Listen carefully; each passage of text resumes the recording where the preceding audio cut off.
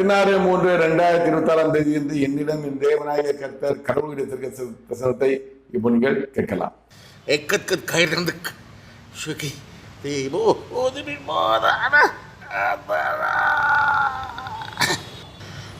தேசத்தின் அதிபதியின் அதிகாரம் முடிவுக்கு வருகிறது.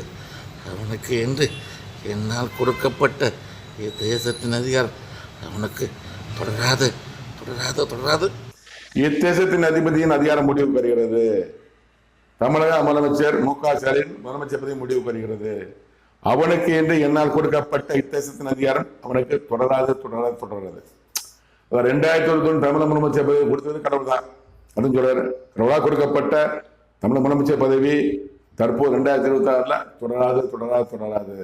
2026 தமிழக முதலமைச்சர் மு.க. ஸ்டாலின் அல்ல, எடப்பாடி பழனிசாமி. கடவுள் தீர்க்க தரிசனம், என் வார்த்தை அல்ல.